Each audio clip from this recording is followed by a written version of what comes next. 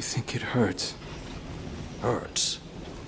I could feel Savathun behind my eyes when she reached into my mind. What do you think these Hive feel when we reach into theirs? I also find the Scion's methods unsettling, but they can uncover Savathun's plans more efficiently than I ever could. Better to just put them out of their misery. Keitel believes these Hive might hold deeper secrets. Do not make the mistake of thinking these things deserve your sympathy. Even though they have the light. Maybe you were the wrong person to put on this assignment. They may be our enemies, but this feels like a new low for the Vanguard. For Zavala. Watch your mouth. You New Light see Zavala as some toothless diplomat, but you wouldn't believe what he sacrificed to become the man he is. Someone who will make the hard choice, and make sure his people understand why. Then I can't wait to hear the speech about all this. You want a speech?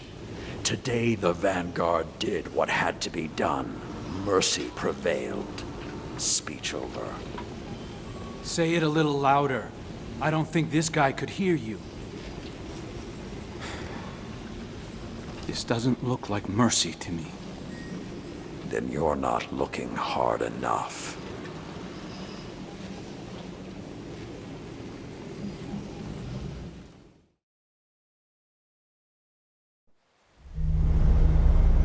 Long ago, even before there was a last city, I was deep on patrol in the old forest when a local villager sought me out.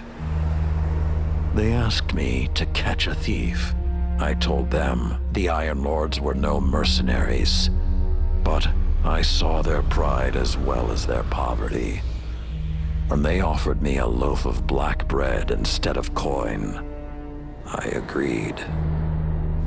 Just before sunrise, I caught my thief. A young girl, stealing what she could carry. Food when she could find it, coin when she couldn't, weapons to protect what she had taken. There was no fear in her eyes. She said the bandits in the forest ordered her to steal in exchange for protection. The penalty for theft in those times was death.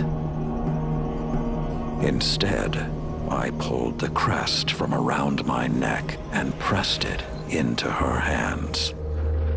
I told her the wolves would protect her. In a settlement rich with stolen supplies, I found the bandits and cut them down. 38 lives to spare one. And for a time, I believed that was mercy.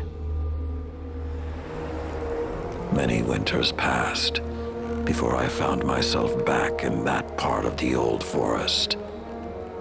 This time, no one sought me out. So I sought them instead. Wind blew through rotted wood and rusted metal where the village once stood. And behind it, graves. Then piled stones, then bare mounds of earth, and then a pit. My blood was high. I tore through the forest, hunting for those responsible.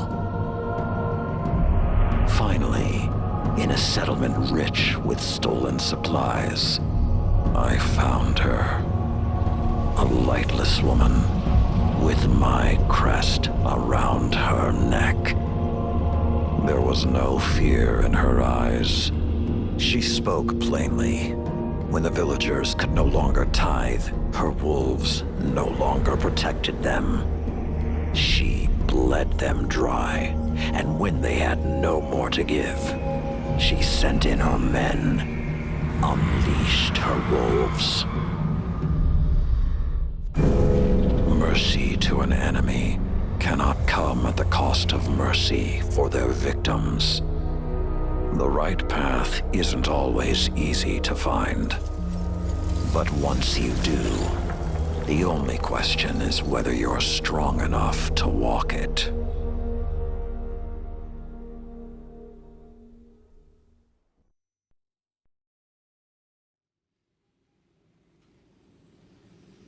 Consider that the next time you feel pity for our enemies.